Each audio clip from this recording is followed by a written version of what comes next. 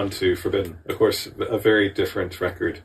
Again, I mean, I just wanted to start with one of the things that probably the most distinctive is the producer and Ernie C. Tell us about how that came about, the decision to... Yeah, how did that come about? How did it come about? I don't know.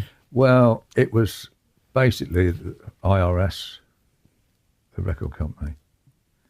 You know, it just didn't work, and nobody was sort of happy with that.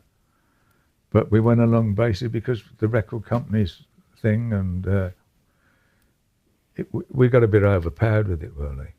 While we were writing the stuff, we were actually having a good time, weren't we? We was having a laugh in the studio, and then gradually, as the record started to get recorded, everybody was a little bit miserable then. But you know, it didn't go to plan, in our plan anyway.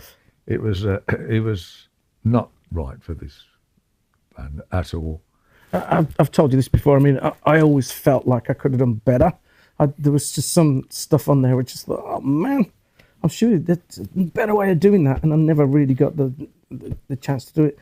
But the way the guys have mixed it now is just brilliant. And that's again now with the remix, because we didn't like what Ernie done. You know, Ernie does what he does with Ice-T, which was great, but it didn't work for us. And no disrespect to him, it just didn't work for us. Nice bloke.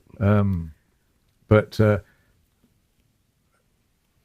bringing it up again and listening to it, I thought, it just sounded not right. And there's bits on there that weren't actually on the record. A bit found, I forgot about that bit. So pulled a bit out, but you can only do so much. You can't re-record the whole bloody thing. So it had to keep it to how it was, but try and improve the sound. You did a great job, man. Which hopefully really cool. it did. Was it satisfying to, in a sense, right that wrong after all these years? Yeah. You can only write it so far, you know, because obviously Cozy wasn't there, Cozy had passed, and we could only go so far as with the drum sound and wherever else, because how it was recorded was how it was recorded. And we didn't want to bring loads of samples in and put in this on and that on, because that wouldn't have been in.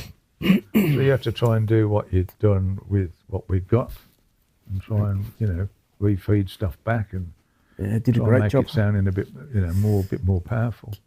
Very cool. So the production went that way, but at least one thing sounds like it went differently and better was the writing process. I read that you went off to Wales together for the writing of Forbidden. Is that correct? We were in Wales, yeah.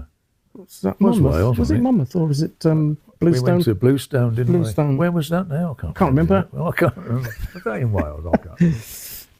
It's down there somewhere. Yeah, I think we went to a couple of places.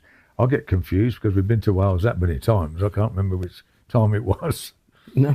Which album, because we've been there a couple of times with the past albums. Yeah, like I said, when he was writing it, he was having a laugh, and it was all going quite well, really. And Tony used to bring he was into recording all his 8-track stuff. I had an 8-track player, and I used to record, like, you know, whatever they'd done, and then edit it and put that's a verse, that's a chorus, put that in there. Yeah. And I'd give him a cassette and say, how about that? And he'd go, okay, yeah.